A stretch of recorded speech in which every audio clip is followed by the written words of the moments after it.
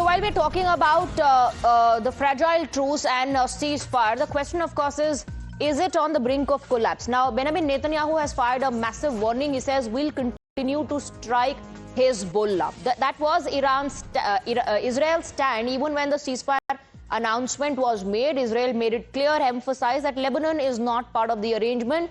And after having a conversation with Donald Trump, that statement came in from the Prime Minister's office in Israel that Lebanon is not part of the agreement. Now, once again, reiterating, emphasizing that Israel will continue to strike Hezbollah. Remember what Iran has said. Any attack against the Hezbollah will be considered as an attack against Iran.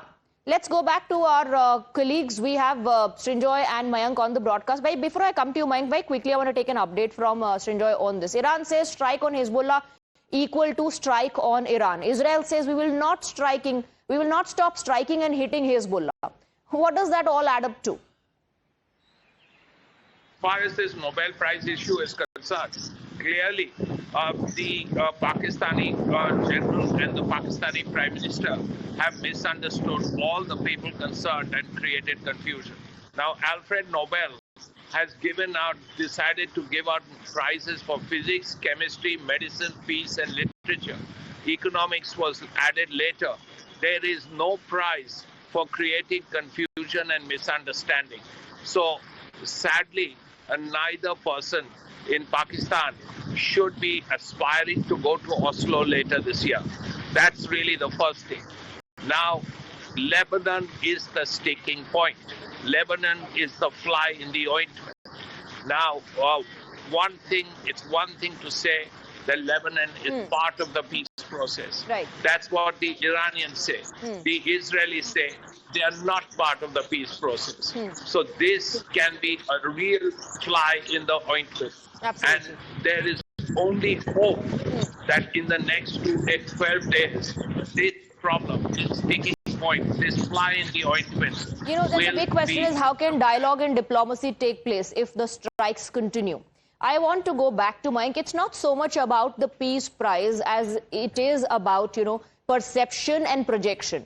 The projection of Pakistan as the master mediator and the perception that they are trying to create is, look, Pakistan is playing a big role. We are ensuring that peace talks take place in Islamabad. By the way, Iran hasn't, after deleting that post, put out any such new information on taking part in the so-called peace talks.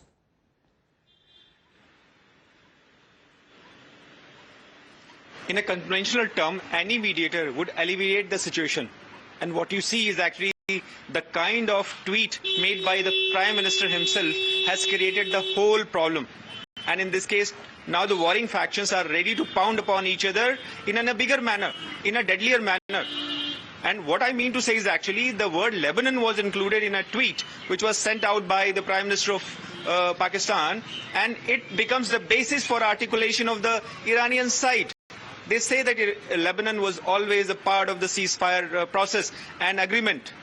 Now, if really Pakistan had that influence and if it really was in conventional term, was mediating on the process, it would have gone to the US and Iran and would have brought them down to If you hold that kind of power and if you are the master mediator, then it's not too late. Maybe you can include Lebanon now.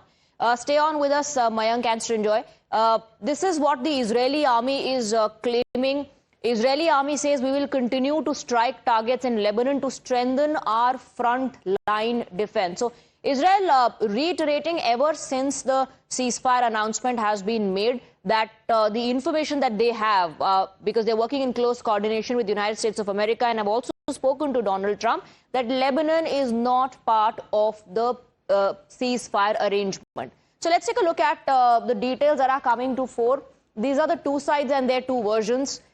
As far as United States of America is concerned, they say the ceasefire holds in Gulf, so clearly ruling out Lebanon. But Iran says the ceasefire must include Lebanon as well. Donald Trump, his administration have made it clear that Lebanon is not part of the deal. Iran, of course, hell-bent on ensuring that Lebanon becomes a part of the arrangement, says US can't have war and truce at the same time. So there cannot be any peace talks if you continue to violate the ceasefire. Now, this is what US says. Israel versus Hezbollah is equal to a separate war. We are only talking about the Iran front. J.D. Vance also also, when asked about ceasefire and the Lebanon angle, said that this is only applicable to the Iran front. But Iran says the ball is now in US court as far as violations are concerned. If they continue, will respond to Israel strikes. Now remember, Israel is striking Lebanon, but Iran says if it continues to strike, then we will respond.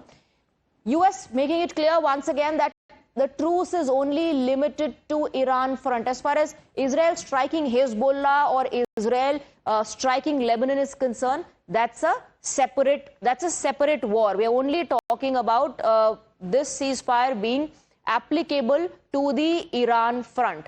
Now, let's go back to Mayank and Srinjoy. Mayank, US and Iran have taken strong positions. Israel has made it absolutely clear that we are working in close coordination with the United States of America. Lebanon is not part of the arrangement, and that was made clear to us. Our strikes will continue. J.D. Vance says there's misunderstanding. But Iran